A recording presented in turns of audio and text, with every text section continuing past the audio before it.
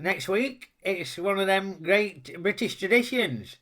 Sitting down on a sofa with a load of provisions and watching the FA Cup final.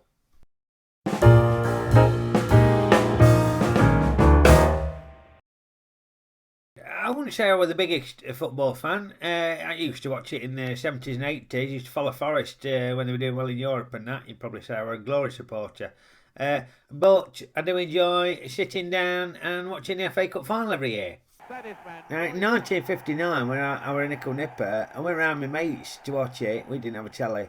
And Forest were in it, and they won, and it was great. And it were on this programme called the Grandstand. Younger viewers won't remember Grandstand, but some of you older ones might. Anyway, in the subsequent years, FA Cup final Grandstand, it became a marathon all day thing, where they filled the programme with loads and loads of shit. There seemed to be endless footage from the airship hovering around Wembley Stadium. And they'd go on the team buses and ask the players what they had for breakfast. And sometimes they'd even encroach on the players at the hotels in the morning, and catch Brian Robson sitting on the bog or something like that. This is a bit posh, Brian.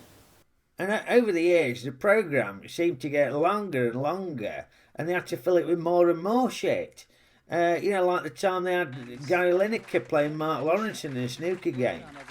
But who knew that Gary Lineker were a demon on the snooker table?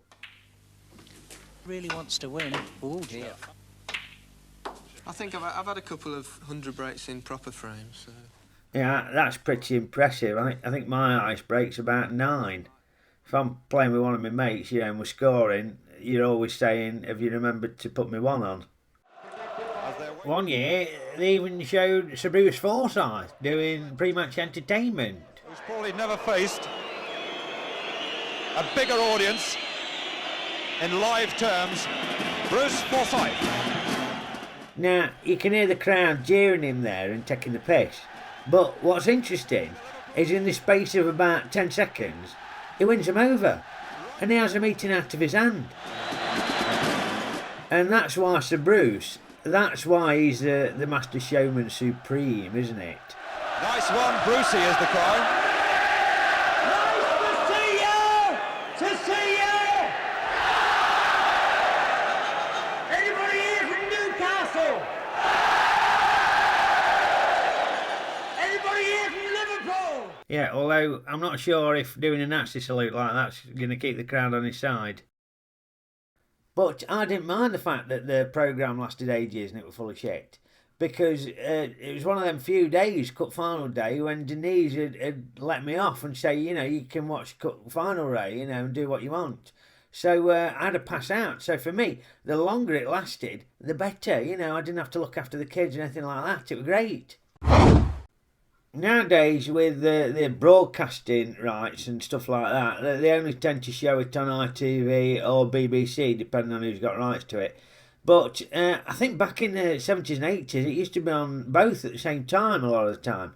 I was probably more of a grandstand man. It always felt a bit better on the BBC, don't know why. Good afternoon and welcome to Wembley. It's one of sport's great days. It's Cup Final Day.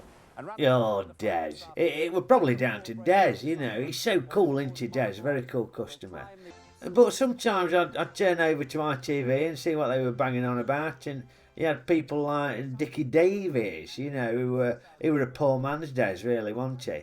And then, Saint and Greasy, people like that, and Elton Wellesby, Elton Wellesby, what's he doing these days? Anyway, ITV would be showing the same sort of shit that the BBC was showing. They were having to pad the programme out and all. And now for the celebrity match between Tarby's Reds and Frosty's Dons. Steve Davis there on the right in a very colourful shirt indeed. That's Paul Usher on the football now, isn't it? From Brookside? That's right. Bobby Robson had one thing to say about him. Who the bloody hell's Paul Usher? Now, there's loads of traditions with Cup Final Day, so the players swanning around in their suits before the game. Crikey, what about them Liverpool suits a few years back? Bloody hell. I bet they were a bugger to wash. Anyway, for me and my mates, and also my kids when they grew up and they got into it, we'd do a sweepstake every year, so you'd do first scorer and first booking and stuff like that, and you take the names of the players out of a hat. But the most important prize in the sweepstake, you know, the biggest prize, always went to whoever put the lid of the cup on their head, because there's always some joker in there puts the lid of the cup on his head. And after they presented the trophy, you're watching it intently, you know, it's more important than a bloody game. And somebody's there with a lid, and you're thinking, oh, he's holding it, yeah, but stick it on your head, mate, stick it on your head, I've got £5 riding on this. Now, in my advancing years, you tend to lose track of what's going on in football, you know, it's just one season merges into another. But it's the FA Cup final next week, couldn't tell you who's playing in it, but I'll probably tune in and try and win a £5 from somebody sticking the lid of the cup on their head.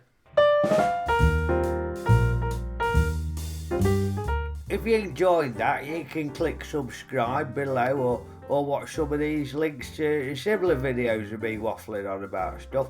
Or add some comments if you thought I was talking a load of rubbish. Ta-ra!